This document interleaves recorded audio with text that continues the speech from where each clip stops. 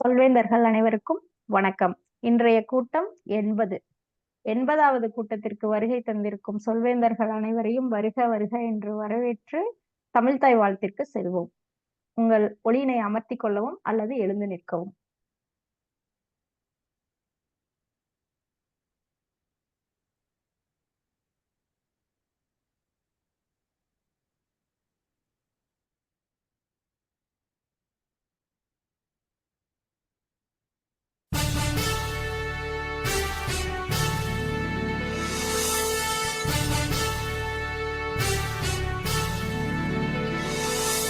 நீராறும் கடலுடுத்த நிலமடந்தை கெழிலொழுகும் சீராறும் மதனமென திகழ்வரத கண்டமிதில் எக்கணமும் அதில் சிறந்த திராவிடனல் திருநாடும் தக்க சிறு திரை முதலும் தரித்தனரும் திலகமுமே திலக வாசனை போல் அனைத்துலகும் இன்பமுற எத்திசையும் புகழ் மணக்க இருந்த பெரும் தமிழனங்கே தமிழனங்கே உன் சீரிழமை திறம் வியந்து செயல் மறந்து வாழ்த்துதுமே வாழ்த்துதுமே வாழ்த்துதுமே.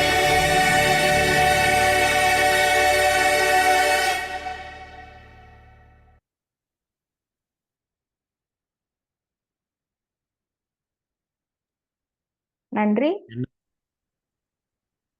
இன்றைய கூட்டத்திற்கு தலைவர் அவர்களால் தவிர்க்க முடியாத காரணத்தால் இணைய முடியவில்லை. அதே போல உபத்தலைவர் கல்வி அவர்களாலும் இப்பொழுது வரை இணைய முடியவில்லை. கூட்டம் முடிவதற்குள் இணைவார் என்று நம்புவோம். அதனால் செயலாளர் வித்யாலட்சுமி அவர்களை மெய்நிகர் மேடைக்கு அழைக்கிறேன். சொல்வேந்தர்கள் அனைவருக்கும் வணக்கம். நன்றி பாக்கியலட்சுமி அவர்களே. விடுமுறை காலம் இன்னும் சரியாக முடியாததால் குறைந்த அளவே உறுப்பினர்கள் இருக்கிறார்கள். எனவே இன்றைய நெறியாளராக பாக்கியலட்சுமி அவர்கள் கூட்டத்தை தொடர்ந்து நடத்துவார். வாருங்கள் பாக்கியலட்சுமி. இன்றைய கூட்டம் 80வது கூட்டம். நன்றி. நன்றி. இன்னும் சில தினங்களில் நாம் இந்திய ஆசிரியர்கள் தினத்தை கொண்டாட உள்ளோம். அதனால் இங்கிருக்கும் தமிழ் ஆசிரியர்கள், தன்னார்வ பணி செய்யும் தமிழ் ஆசிரியர்கள் அனைவருக்கும் இனிய ஆசிரியர் தின வாழ்த்துக்களை கூறிக்கொண்டு இன்றைய கூட்டத்தை தொடங்குவோம். இன்றைய கூட்டத்தை முதலில் ஒரு திருக்குறளோடு தொடங்குவோம். வித்யாலட்சுமி அவர்கள் ஒரு திருக்குறளை நம்மிடையே வழங்க உள்ளார். வாருங்கள் வித்யாலட்சுமி. நாம் சொல்வேந்தர் அவையில் எப்படி அவையில் பேச வேண்டும், எப்படி சொல்வன்மை மிக்கவர்களாக இருக்க வேண்டும் என்று கற்றுக்கொண்டு வருகிறோம். எனவே அது தொடர்பாக அவை அறிதல் என்ற அதிகாரத்திலிருந்து ஒரு அருமையான குறள், என்னுடைய மனம் கவர்ந்த சமீபத்தில் கற்றுக்கொண்ட குறள். ஒளியார் முன் ஒள்ளியராதல், வெளியார் முன் வெண் சுதை வண்ணம் கொளல். அதாவது நாம் கற்றவர்கள் முன்பாக பேசும் பொழுது நம்முடைய அறிவை வெளிப்படுத்தும் விதமாக அவர்களுக்கு தகுந்தாற் போல பேச வேண்டும். அப்படி இல்லாமல் சாதாரண மக்களிடம் ஒரு கூட்டத்தில் அல்லது குழந்தைகள் முன்பு பேசும்பொழுதோ அதற்கு தகுந்தாற் போல் பேச வேண்டும். அப்பொழுது வெண் சுண்ணாம்பு போல அந்த நிறம் உடையவர்களாக இருக்க வேண்டும். அதுதான் வள்ளுவர் சொல்லும் கருத்து. ஒளியார் முன் ஒள்ளியராதல், வெளியார் முன் வெண் சுதை வண்ணம் கொளல் என்று அவை அறிதலில் சிறப்பாக கூறுகின்றார். நாமும் இடத்திற்கு தகுந்தாற் போல பேசலாம், பேச்சாளராக வெற்றி பெறலாம். நீங்கள் புகழ்பெற்ற பேச்சாளர்களுடைய பேச்சுக்கள் வித்தியாசமான கூட்டங்களில் பேசும்பொழுது கவனித்திருப்பீர்களே, ஆனால் அவர்கள் பல்கலைக்கழகத்தில் பேசும்பொழுது ஒரு தரத்தில் அதிகரித்து மேம்பட்டு பேசுவார்கள். ஆனால் சாதாரண கூட்டத்தில் மக்களுடன் பேசும்பொழுது அவர்களுக்கு தகுந்தாற் போல இறங்கி பேசுவார்கள். அதுதான் அவை அறிதல் என்பது. நன்றி. மிகவும் அருமையான திருக்குறள். நம் பொது வாழ்வில், அன்றாட வாழ்வில் பேசுவது ஓரிரண்டு வயதில் கற்றுக்கொண்டால் கூட யாரிடம் என்ன பேச வேண்டும் என்பதை எத்தனை வயதானாலும் இன்னும் கற்றுக்கொள்ளாதவர்கள் நிறைய பேர் இருக்கிறார்கள்.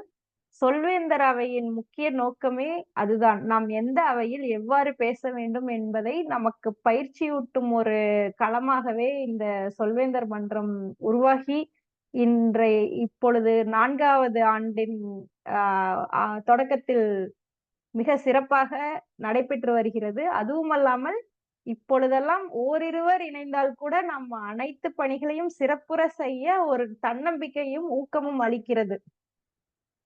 அதனால் பயன்பெறும் சொல்வேந்தர்கள் சரியாக ஒவ்வொரு கூட்டமும் இணைந்தால் அவர்களும் மேன்மேலும் மெருகு பெறலாம். அதற்கான திருக்குறளாகவும் இதை எடுத்துக்கொள்ளலாம் என்று கூறிக்கொண்டு, அடுத்ததாக இலக்கண ஆசானாகவும் இன்று வித்யாலட்சுமி அவர்களே இருக்க உள்ளார். அதனால் வாருங்கள் வித்யா அவர்களே, இன்றைய சொல்லை நம் அவைக்கு பகிருமாறு கேட்டுக்கொள்கிறேன். இலக்கண ஆசானாக சிறப்பான இலக்கண பயன்பாடுகளையும் சொற்றொடர்களையும் குறிப்பெடுத்துக் கொள்வேன். அது மட்டுமல்லாது இன்றைய சொல்லாக மதிநுட்பம் என்ற சொல்லை எத்தனை முறை பயன்படுத்தினீர்கள் என்பதையும் என்னுடைய அறிக்கையில் கொடுப்பேன். இன்று என்னுடைய அடுத்த பங்களிப்பாக உபரிச்சொல் கணக்கீட்டாளரும் போட்டிருக்கிறார் என்று நினைக்கிறேன். அதனால் உபரிச்சொற்களை கணக்கெடுத்து அதற்கான அறிக்கையும் கேட்டவுடன் தணிக்கை அதிகாரி கேட்பது போல் கேட்டவுடன் கொடுக்கலாம் என்று இருக்கிறேன். நன்றி. மிக்க நன்றி. உங்களுடைய இரு பொறுப்பையும் கூறிக்கொண்டதற்கு. அடுத்ததாக நேர கணக்கீட்டாளர் அனிதா அவர்களை உங்களுடைய பணியினை விளக்குமாறு கேட்டுக்கொள்கிறேன். சொல்வேந்தர் அவைக்கு என்னுடைய வணக்கங்கள். திட்டமிட்ட பேச்சிற்கு 5 முதல் 7 நிமிடங்கள் கொடுக்கப்படும். 5 நிமிடத்தில் பச்சை அட்டையும் 6 நிமிடத்தில் மஞ்சள் அட்டையும் 7 நிமிடத்தில் சிவப்பு அட்டையும் காட்டப்படும். உடனடி பேச்சிற்கு ஒவ்வொரு பேச்சாளருக்கும் 1 நிமிடம் முதல் 2 நிமிடங்கள் கொடுக்கப்படும். 1 நிமிடத்தில் பச்சை அட்டையும் 1.5 நிமிடத்தில் மஞ்சள் அட்டையும் 2 நிமிடத்தில் சிவப்பு அட்டையும் காட்டப்படும். திட்டமிட்ட பேச்சை மதிப்பீடு செய்பவர்களுக்கும் கால வரையறை உண்டு. அவர்களுக்கு 2 முதல் 3 நிமிடங்கள் கொடுக்கப்படும். மதிநுட்பமாக மதிப்பீடு செய்பவர்களுக்குமே கால கணக்கீடு என்பதை தெரிவித்துக் கொண்டு 2 நிமிடத்தில் பச்சை அட்டையும் 2 நிமிடத்தில் மஞ்சள் அட்டையும் 3 நிமிடத்தில் சிவப்பு அட்டையும் காட்டப்படும். இதுதான் நேர கணக்கீட்டாளராக என்னுடைய பணி. நன்றி. மிக்க நன்றி அனிதா அவர்களே. இப்பொழுது நாம் அடுத்த கட்டமாக தயாரிக்கப்பட்ட பேச்சிற்கு செல்வோம். இன்றைய ஒரே பேச்சாளராக களம் இறங்குகிறார் திரு கண்ணன் அவர்கள். உங்களுடைய பாதையையும் தலைப்பையும் நீங்களே அறிமுகப்படுத்திக் கொண்டு உங்கள் பேச்சை தொடரலாம் கண்ணன் அவர்களே. நன்றி நெறியாளர் பாக்யலட்சுமி அவர்களே. எனக்கு கம்ப்யூட்டர்ல எங்கேயோ ஸ்விட்ச் இருக்கான், அது எங்கன்னு தெரியல. அதனால செல்போன் மூலமா தான் பண்ணோம். ஏன்னா இந்த ஸ்விட்ச்ல எங்க தேடி தேடி பார்த்தேன், கிடைக்கல. ஸோ நான் ஃபோன் மூலமா தான் பேச போறேன். நின்றுட்டு பேசலாம் நினைச்சு என்னெல்லாமோ பிளான் பண்ணியிருந்தேன், ஒண்ணுமே ஒர்க் ஆகல. ஸோ கடைசியில பேக்கப்புக்கு தான் போறேன். ஓகேயா? முதலே பண்ணிட்டு போனோம், எங்க போச்சுன்னு தெரியல. No problem. ஆரம்பிக்க போறேன். டைமர். சொல்வேந்தர் அவைக்கு முதற்கண் என் மாலை வணக்கத்தை தெரிவித்துக் கொள்கிறேன். ஒரு பேச்சு தயாரிக்கலைன்னா என்ன பண்றதுன்னா கதை விட வேண்டியதுதான். சோ இன்னைக்கு நான் ஒரு கதை விட போறேன். ஆனா ஒரு உண்மையான கதைய பேசலான்னு இருக்கேன். என்னுடைய நண்பரோட ரகுவீர் ரெட்டின்னு ஒருத்தர் இருக்காரு, அவரோட கதையை தான் சொல்ல போறேன். அவர் கலிபோர்னியா மாகாணத்துல வேலை செஞ்சுட்டு வர்றாரு. அவரோட கதையும் என்னோட கதையும் கொஞ்சம் கொஞ்சம் ஒரே மாதிரியா இருந்தா கூட கடைசியில கொஞ்சம் வேறையா இருக்கும். அதுக்காக அவரோட கதையை சொல்லலான்னு நினைக்கிறேன். ரகுவீர் ரெட்டி இனிமே ரகுன்னு சொல்லலாம். 1994 அமெரிக்கா வந்தார். அமெரிக்கா அருமையாக கூகுள் என்ற ஸ்தாபனத்தில் அல்ல நிறுவனத்தில் வேலை செய்ய ஆரம்பித்தார், பணிபுரிய ஆரம்பித்தார். அப்பொழுது இங்கெல்லாம் இருப்பது போல அப்பாக்களுடைய வேலை, குழந்தைகளை எல்லா இடத்திலும் மகிழுந்தில் அழைத்து கொண்டு ஒவ்வொரு வார இறுதி நாட்களிலும் பல போட்டிகளில் அறிமுகப்படுத்தி கொண்டு பல போட்டிகளில் அவருடைய குழந்தைகளை பேச வைப்பார்கள். அவருடைய பெண் குழந்தை மிகச் சுட்டியான குழந்தை, மிக அருமையாக பேசுவாள்.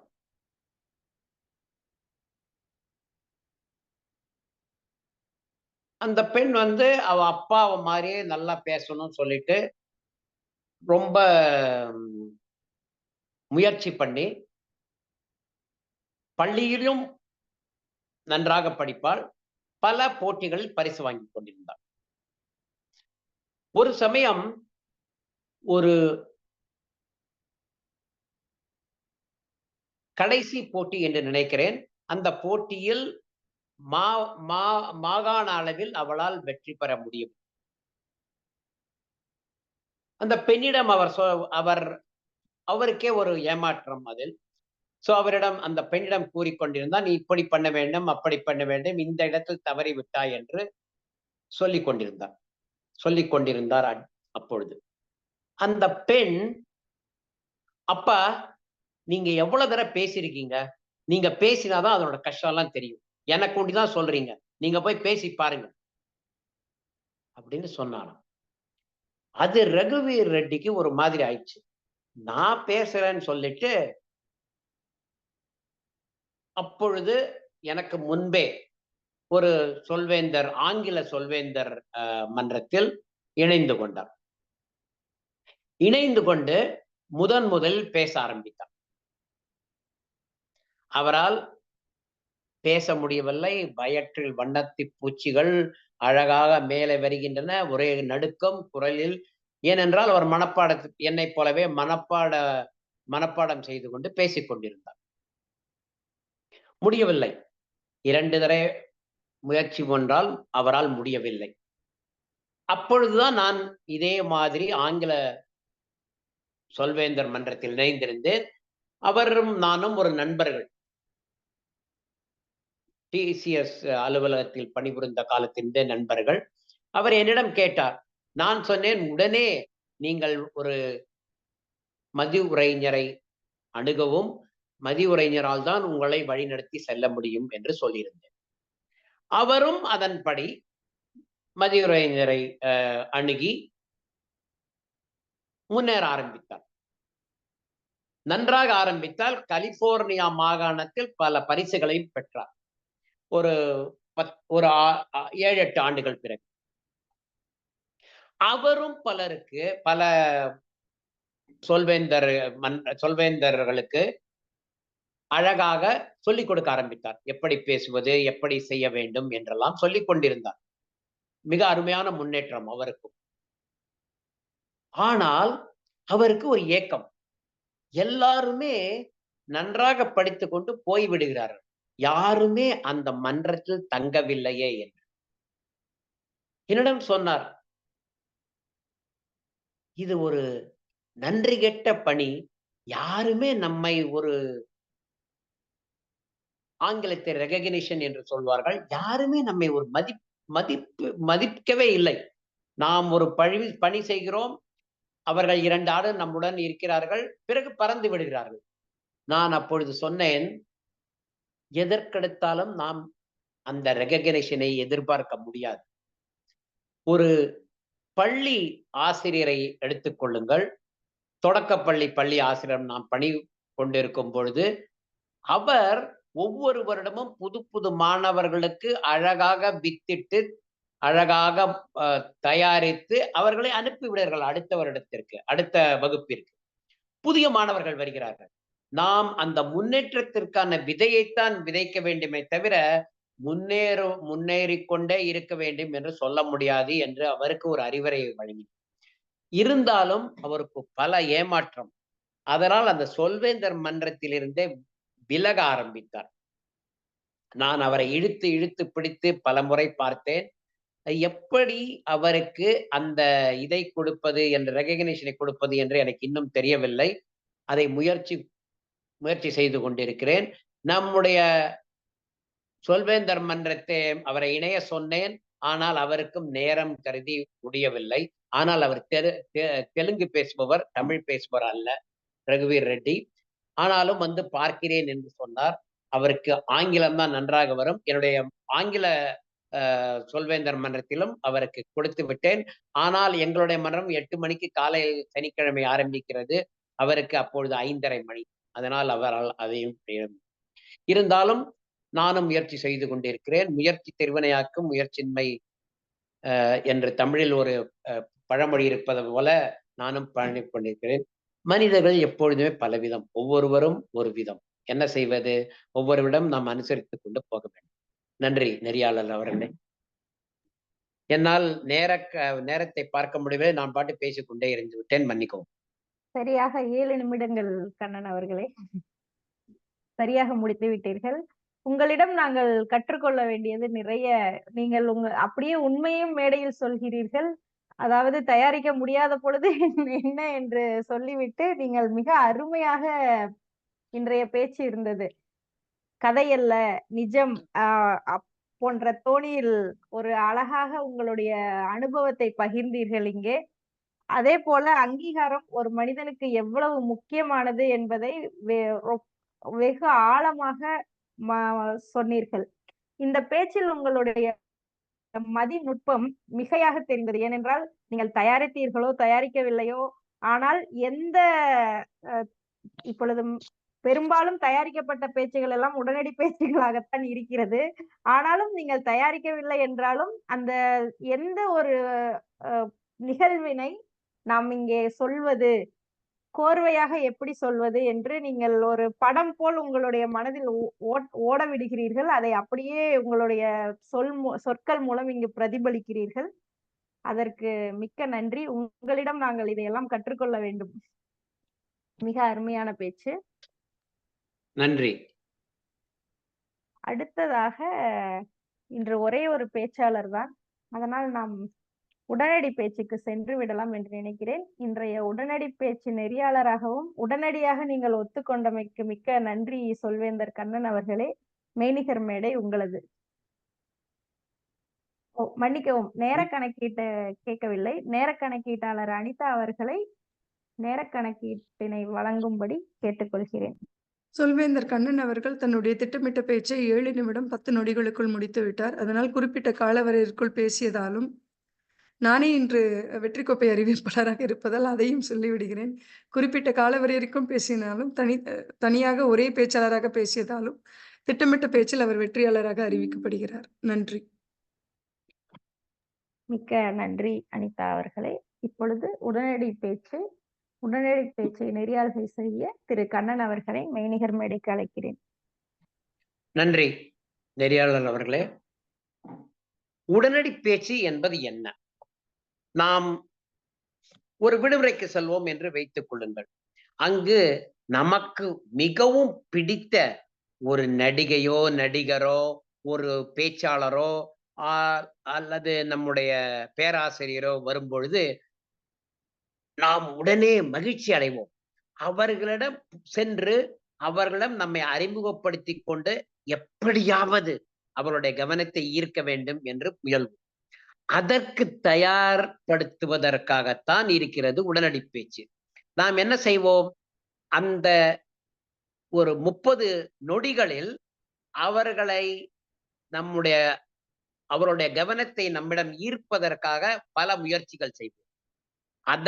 அதற்காகத்தான் இந்த உடனடி பேச்சு. 1 நிமிடத்திலிருந்து 2 நிமிடம் தான் பேச வேண்டும். 2.5 நிமிடம் வரை சொல்வேந்தர் மன்றங்களில் அனுமதி உண்டு. இந்த 1 நிமிடத்தில் நாம் கோர்வையாக பேசுவதற்கு பயிற்சி அளிப்பதற்காக இருப்பதுதான் இந்த உடனடி பேச்சு. இன்று இந்த உடனடி பேச்சில் சரியோ தவறோ ஒன்றுமே கிடையாது. உங்களுக்கு அந்த கேள்வி பிடிக்கவில்லை என்றால் அந்த கேள்வியை தவிர்த்து விட்டு வேற ஏதாவது பேசிவிட்டு அந்த கேள்விக்கு வரலாம். அதற்கு அதை அந்த மாதிரி கூட அணுகலாம். அதனால் ஒரு கேள்வி பிடிக்கவில்லை என்றால் அதற்காக உடனே கவலை கொள்ள வேண்டாம். இன்று முதலில் நான் சொல்வேந்தர் அனிதா அவரிடம் கேட்கிறேன் ஒரு கேள்வி.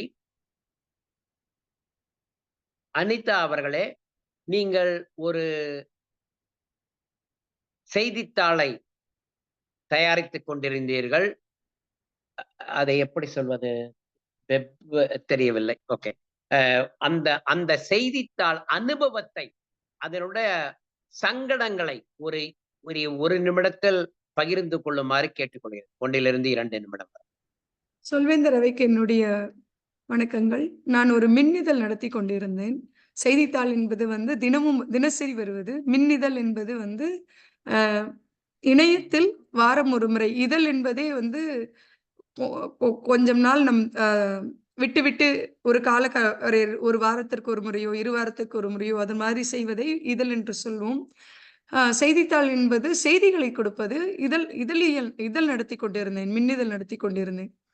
அந்த 64 வாரங்கள், ஒரு வருடம் 4 மாதங்கள் அதை நடத்தி கொண்டிருக்கும் போது நமக்கான மிகப்பெரிய சிக்கலாக பார்த்தது என்னவென்றால், நவீன இலக்கியத்தை தாண்டி எந்த இலக்கியமே மக்களுக்கு தெரிவதில்லை. அதுவும் கதையும் கவிதைகளும் மட்டுமே வரும். அதுவும் காதல் கவிதைகள் மட்டுமே வரும். இல்லை என்றால் ஒப்பாரி கவிதைகள் வரும். இங்கே ஒப்பாரி என்று நான் எதை சொல்கிறேன் என்றால், சுய பச்சாதாபத்தை நான் ஒப்பாரி என்று சொல்கிறேன். அதாவது ஒரு பெண் ஏமாற்றிச் செல்வதாகவோ, இல்லை என்றால் துரோகத்தை கடந்து செல்வதாகவோ எந்த முன்னேற்ற கவிதைகளுமே வராது. என் மின்னிதழில் இருக்க மிகப்பெரிய முக்கிய கணக்காக நான் வைத்துக் கொண்டது என்னவென்றால், தனி மனித இகழ்ச்சி புகழ்ச்சி இருக்கக்கூடாது. எந்தவித எதிர்மறை சிந்தனைகளும் இருக்கக்கூடாது. நேர்மறை சிந்தனைகளாக இருக்க வேண்டும் என்று வைத்ததால் நிறைய விஷயங்களை நான் தவிர்த்து விட வேண்டிய ஒரு சூழலில் இருந்தேன். வரும் இந்த கதை மற்றும் கவிதைகளில் வரும். கட்டுரை கூட வராது. சிறுவர் இலக்கியம் வராது. ஆக மற்றும் என்ன, நான் அந்த மின்னிதழில் ஒரு 7 வகைகள் வைத்திருந்தேன். சங்க இலக்கியம், சிறுவர் இலக்கியம், நவீன இலக்கியம், மொழிபெயர்ப்பு இலக்கியம், அறிவியல் தமிழ், பன்மலர் இலக்கியம். ஆக இந்த மாதிரி 7 விதங்களில் அதற்குள் 7 பிரிவுகள், உட்பிரிவுகள் வைத்திருந்தேன். கட்டுரை, கதை, கவிதை, ஓவியம், நூல் அறிமுகம், நூலாய்வு என்று. வேறு எதுவுமே வராது. கவிதையும் சிறுகதையும் மட்டுமே வரும். மீது அனைத்துமே செய்ய வேண்டிய என்பது மிகப்பெரிய சவாலாக இருந்தது. அதுதான் மிகப்பெரிய போராட்டமாக இருந்தது அந்த மின்னிதழ் நடத்தும் போது. நன்றி. நன்றி அனிதா அவர்களே. மின்னிதழ் நடத்துவதில் உள்ள சங்கடங்களை பகிர்ந்தமைக்கு நன்றி. அடுத்து நாம் வித்யா அவர்களிடம் ஒரு கேள்வி. வித்யா அவர்களே, நீங்கள் தயாரிக்கப்பட்ட பேச்சுக்களை தயாரிக்கும் பொழுது பல செய்யுள்கள், பல கவிதைகளை எடுத்து கையாள்கிறீர்கள். அதை எவ்வாறு தயாரிக்கிறீர்கள்? எத்தனை நிமிடங்கள் அதற்கு அந்த பேச்சுக்களை தயாரிக்க உங்களுக்கு எவ்வளவு நேரம் ஆகிறது அந்த பேச்சுக்களை தயாரிக்க? எங்களுக்கும் அந்த மாதிரி தயாரிப்பதற்கு ஏதாவது ஒரு வழிகள், ஒரு உத்திகளை சொல்ல முடியுமா? நன்றி உடனடி பேச்சு நெறியாளர் கண்ணன் அவர்களே. மதிநுட்பம் நிறைந்த 4 சொல்வேந்தர்களுக்கும் வணக்கம். நல்ல ஒரு கேள்வியா கேட்டு இருக்கின்றீர்கள். நான் பள்ளியில் படிக்கும் போது இருந்தே பேச்சு போட்டிகளில் நிறைய பங்கு கொள்வேன். அப்பொழுதே திருக்குறளை அந்த தலைப்பிற்கு தகுந்தவாறு பொருத்தமாக மேற்கோள் சேர்த்து சொல்வேன். அது எனக்கு மிகவும் பிடித்த ஒன்று. அதனால் அதே வழியில் இப்பொழுது எந்த தலைப்பாக இருந்தாலும் சரி, முதலில் அதற்கு தொடர்பாக ஏதாவது திருக்குறள் எனக்கு தெரிந்து இருக்கிறதா என்று யோசித்து நினைவு பெட்டகத்திலிருந்து வெளிக்கொணர்வேன். அப்படி இல்லை என்றால் நமக்கு இருக்கவே இருக்கிறது. திருக்குறள் புத்தகத்தை எடுத்து அது தொடர்பாக ஏதாவது இருக்கிறதா என்று பார்ப்பேன். அது மட்டுமல்லாமல் ஒரு குறிப்பு புத்தகத்தில் எனக்கு பிடித்த மேற்கோள்கள் அதெல்லாம் குறித்து வைத்திருப்பேன். இல்லை என்றால் இணையத்தில் தேடி அதற்கு பொருத்தமாக ஏதாவது செய்யுளோ அல்லது கவிதைகளோ இருக்கின்றதா, சுருக்கமாக இருக்க வேண்டும். திருக்குறள் 1.5 அடியில் இருக்கும். அதுபோல சிறியதாக இருக்க வேண்டும். இல்லை என்றால் பாரதியார் கவிதைகள் ஏதாவது இருந்தால் அதையும் சேர்ப்பேன். தயாரிக்கப்பட்ட உரை என்றால் திடீரென்று தாங்கள் பேசுவது போல் அப்படி பேசினால் அது தயாரிக்கப்பட்ட உரையாக என்னை பொறுத்த அளவில் இருக்காது.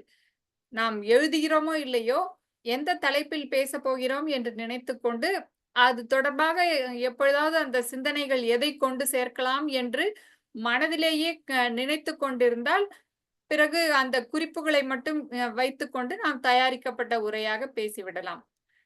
என்னை பொறுத்தவரையில் முயற்சி செய்ய வேண்டும். நாம் அது தொடர்பாக என்னென்ன சேகரிக்கலாம் என்று நாம் சிந்தித்து சேகரித்து முயற்சியும் பயிற்சியும் செய்தால் எந்த உரையாக இருந்தாலும் சிறப்பாக இருக்கும். அதைவிட முக்கியமானது ஆர்வம். ஆர்வம் இருந்தால் ஆங்கிலத்தில் பேஷன் என்று சொல்வார்கள். பேரார்வம் அது இருந்தால் இன்னும் சிறப்பாக செயல்படலாம். இதுதான் என்னுடைய கருத்து. நன்றி கண்ணன் அவர்களே. நன்றி நன்றி. இப்ப கேக்குறதா? அப்பாட கண்டுபிடிச்சிட்டேன். அடுத்து பாக்யலட்சுமியிடம் ஒரு கேள்வி. ஒரு நிமிஷம்.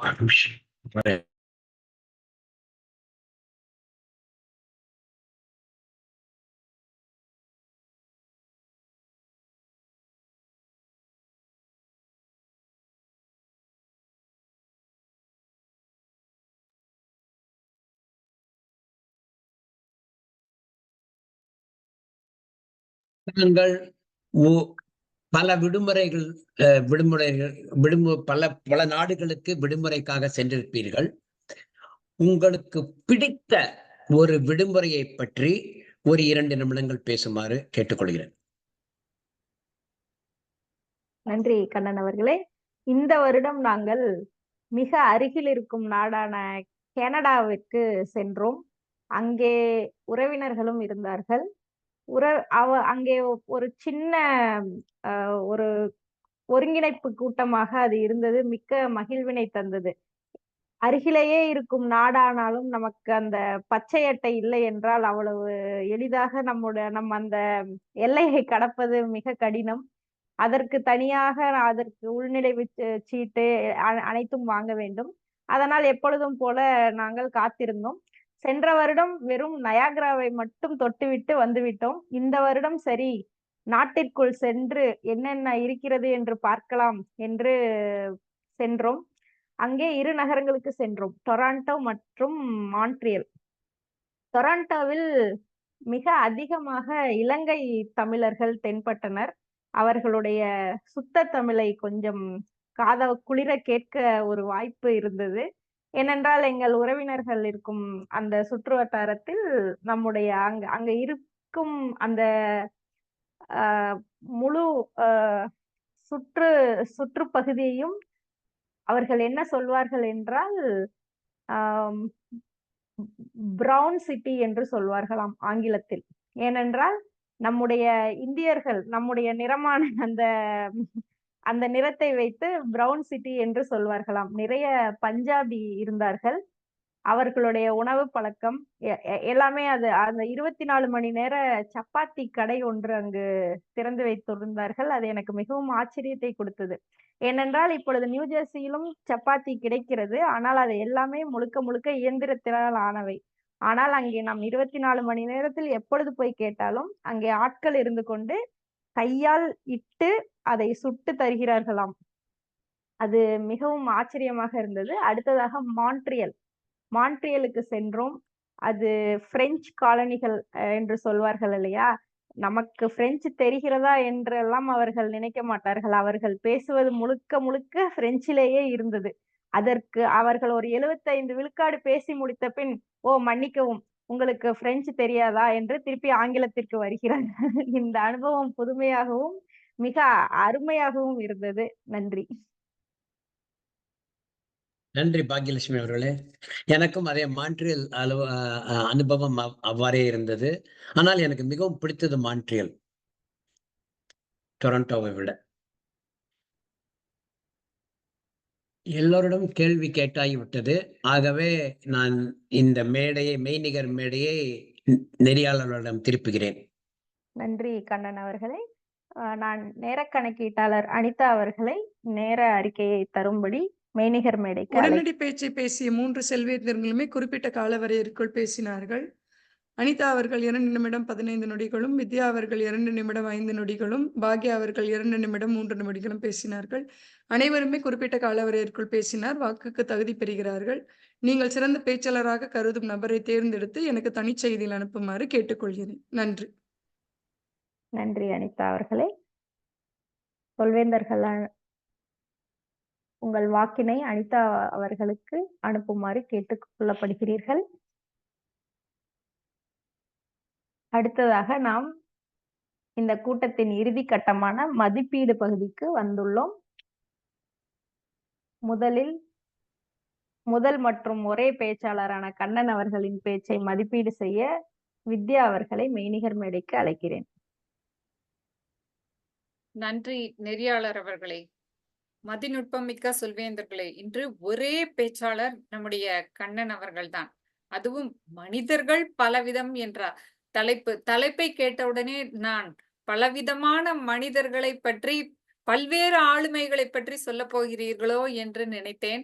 ஆனால் தாங்கள் கதை வழியாக சொல்ல விழைந்தது ஒரே நண்பர் ரகுவீர் ரெட்டி அவர்களை பற்றிய கதைதான். இருந்தாலும் தயாரிக்கப்பட்ட உரை என்ற தலைப்பிலே தாங்கள் தயாரிக்காமலேயே தங்கள் உரையை வெளுத்து வாங்கினீர்கள். அவர் குழந்தையிடமிருந்து எப்படி கற்றுக்கொண்டார் என்பதை ஆரம்பத்தில் சொல்லாமல் அந்த கதையை தொடங்கி எந்த கருத்தை சொல்ல வருகிறார் என்ற ஒரு ஆர்வத்தை தங்கள் பேச்சில் ஊட்டினீர்கள். அதன் பிறகுதான் குழந்தையிடம் கற்றுக்கொண்டார் என்று சாதாரணமாகவே சொல்வார்கள். தாயையும் தந்தையும் உருவாக்கும் சிற்பிகள் தான், செதுக்கும் உளிகள் தான் குழந்தைகள் என்று சொல்வார்கள்.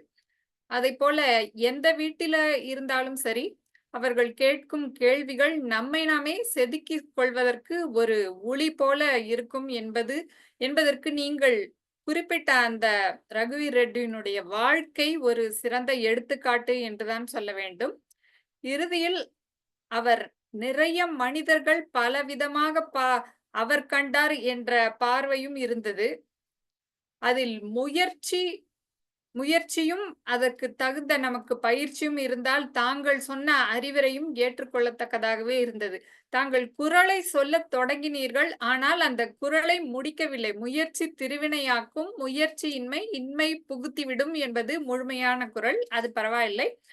தங்களுடைய வளர்ச்சி என்று சொன்னால் நம்முடைய மன்றம் தொடங்கப்பட்டதிலிருந்து இப்போது சரளமாக தமிழ் பேசும் நிலைக்கு தாங்கள் நிச்சயம் வளர்ந்து விட்டீர்கள்.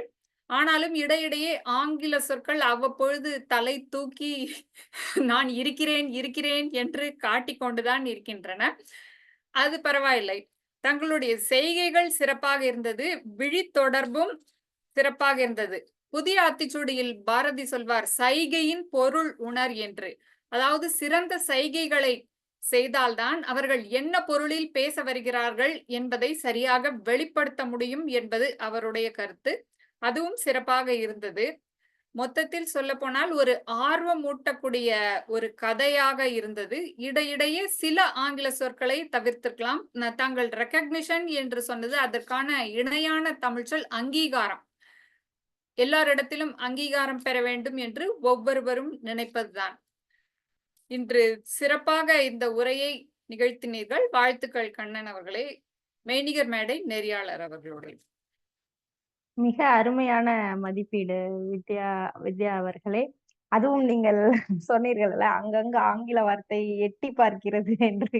எட்டி பார்த்து நாட்டியம் கூட ஆடுகிறது. ஏனென்றால் முதலில் அவர் பேச்சினை ஆரம்பிக்கும் முன் அதுவும் கண்ணன் அவர்களுக்கா என்று தெரியாது, அவருக்கே என்று ஒரு சில இடையூறுகள் வரும் இல்லையா?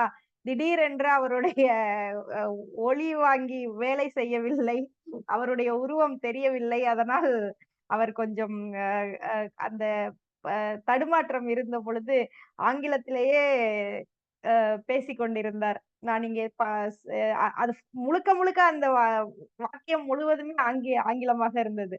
எனக்கு அப்பொழுது ஒன்றுதான் வந்தது, பதட்டமாக இருந்தால் கண்ணனுக்கு ஆங்கிலம் மட்டும்தான் வரும் என்று. அதுவும் உங்களுடைய மதிப்பீடு மிகவும் அருமையாக இருந்தது. மிக்க நன்றி. அடுத்ததாக நான் நேர கணக்கீட்டாளர் அனிதா அவர்களை மெய்நிகர் மேடைக்கு அழைக்கிறேன். சொல்வேந்தர் வித்யா அவர்கள் குறிப்பிட்ட காலவரையறைக்குள் தன் மதிப்பீடை முடித்தார். அவருமே வந்து தனிநபராக மதிப்பீடு செய்ததால், நான் வெற்றி கோப்பை அறிவிப்பாளராகவும் அந்த நேரத்தை பின்பற்றியதால் அவரே வெற்றி பெற்றவராக அறிவித்து விடுகிறேன். நன்றி. மிக்க நன்றி அனிதா. இப்பொழுதெல்லாம் உடனே உங்களுடைய வெற்றி கோப்பை வந்து தெரிந்து விடுகிறது. ஒரே ஒருவர் வந்து பங்கு பெறுவதால் மிக்க நன்றி. இன்னும் ஒரே ஒரு வெற்றி கோப்பை மட்டும் மீதம் உள்ளது. அதை கொஞ்சம் பொறுமையாக பின்னர் நம்ம அதை அறிந்து கொள்ளலாம். இப்பொழுது பாராட்டு போல குட்டு வைப்பதற்கான நேரம். இலக்கண ஆசானாகவும் உபரிச்சொல் கணக்கீட்டாளராகவும் இருக்கும் வித்யா அவர்களை மெய்நிகர் மேடைக்கு அழைக்கிறேன். நன்றி. இன்று எல்லாமே குட்டி குட்டி அறிக்கைகள் தான்.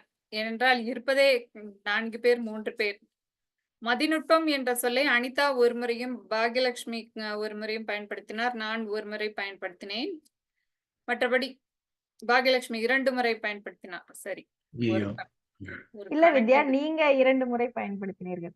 ஓ, நான் ஒரு முறை பயன்படுத்தினதாக நினைத்து கொண்டேன். ஆனால் 2 முறை பயன்படுத்தினேன். நன்றி. குறிப்பிட்டதற்கு நன்றி. மின்னிதழ் என்ற சொல் சிறப்பாக இருந்தது. அது கேட்பதற்கும் அந்த சொல் நன்றாக இருந்தது. மின்னிதழ் என்பது பாகியலட்சுமி குறிப்பிட்டார் அல்லவா, பிரவுன் பழுப்பு நிறம் என்று சொல்லலாம். உடனடியாக தெரியவில்லை என்றால் ஆங்கிலத்தில் சொல்லிவிட்டு அதை பழுப்பு நிறம் என்றும் சொல்லலாம். மற்றபடி இலக்கண பிழைகள் என்று நான் அதிகமாக பார்க்கவில்லை. ஆனால் கண்ணன் அவர்கள் அதிக ஆங்கில சொற்களை பயன்படுத்தினார். கம்ப்யூட்டர், டைமர், ஓகே போன்றவற்றை. அதுதான் என்னுடைய இலக்கண ஆசானாக அறிக்கை. மற்றபடி உபரி சொல் கணக்கீடாக பாகியலட்சுமி ஒரு முறையும் அனிதா 2 முறையும் கண்ணன் ஒரு முறையும் உபரி சொல்லை பயன்படுத்தினார். கண்ணன் குறிப்பாக சோ என்ற சொல்லை ஒரு 2-3 முறை பயன்படுத்தினார். அவர் கணினியில் சில பிரச்சனைகள் வந்தால் அவர் தொடங்குவதற்கு முன்னால் சிறிது பதட்டம் அடைந்து விட்டதால் சோ என்ற சொல் 2-3 முறை வந்தது. பொதுவாக அவர் நீண்ட நாட்கள் டோஸ்ட் மாஸ்டர் சொல்வேந்தர் மன்றத்தில் இருப்பதால் சோ என்ற வார்த்தை அவருக்கு வராது. இன்று 2-3 முறை வந்தது. அது தவிர மற்றபடி உபரி சொற்கள் அதிகம் இல்லை. நான் சொன்னேனா என்று எனக்கு தெரியவில்லை. வேறு யாராவது கவனித்திருந்தால் சொல்லலாம். இதுதான் என்னுடைய அறிக்கை. நன்றி. நன்றி வித்யா அவர்களே. இன்றைய அறிக்கை ரத்தின சுருக்கமாக முடிந்துவிட்டது. மிக்க நன்றி. அடுத்ததாக ஒரே ஒரு வெற்றி கோப்பை இன்னும் மீதம் உள்ளது. அதை அறிவிக்க அனிதா அவர்களை மெய்நிகர் மேடைக்கு அழைக்கிறேன்.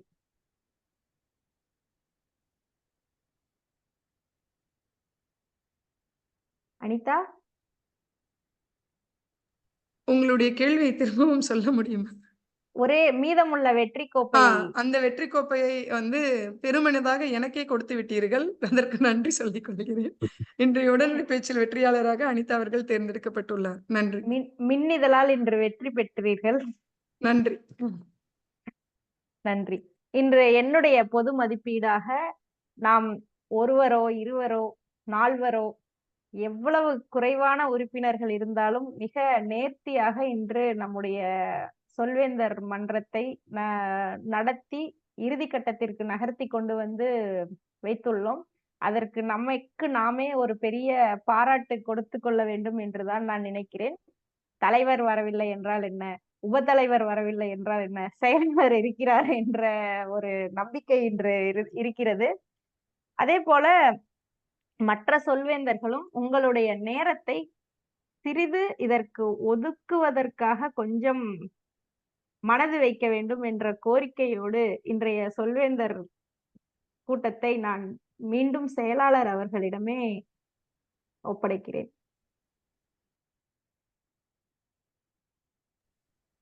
நன்றி நெறியாளர் அவர்களே. சொன்னது போல் பாகியலட்சுமி சொன்னது போல் ஒருவரோ 2வரோ 3வரோ 4வரோ எப்படி இருந்தாலும் 4 ரத்தினங்களும் சேர்ந்து சிறப்பாக ஒரு மகுடமாக இன்றைய சொல்வேந்தர் கூட்டத்தை 80வது கூட்டத்தை நடத்தி முடித்து விட்டோம். அடுத்த கூட்டத்தில் நிறைய உறுப்பினர்கள் வருவார்கள் என்று எதிர்பார்ப்போம். இந்த எதிர்பார்ப்புகளோடு ஒளிமயமான எதிர்காலத்தை நோக்கி அடுத்த கூட்டத்திற்கு இந்த கூட்டத்தை ஒத்தி வைக்கிறேன்.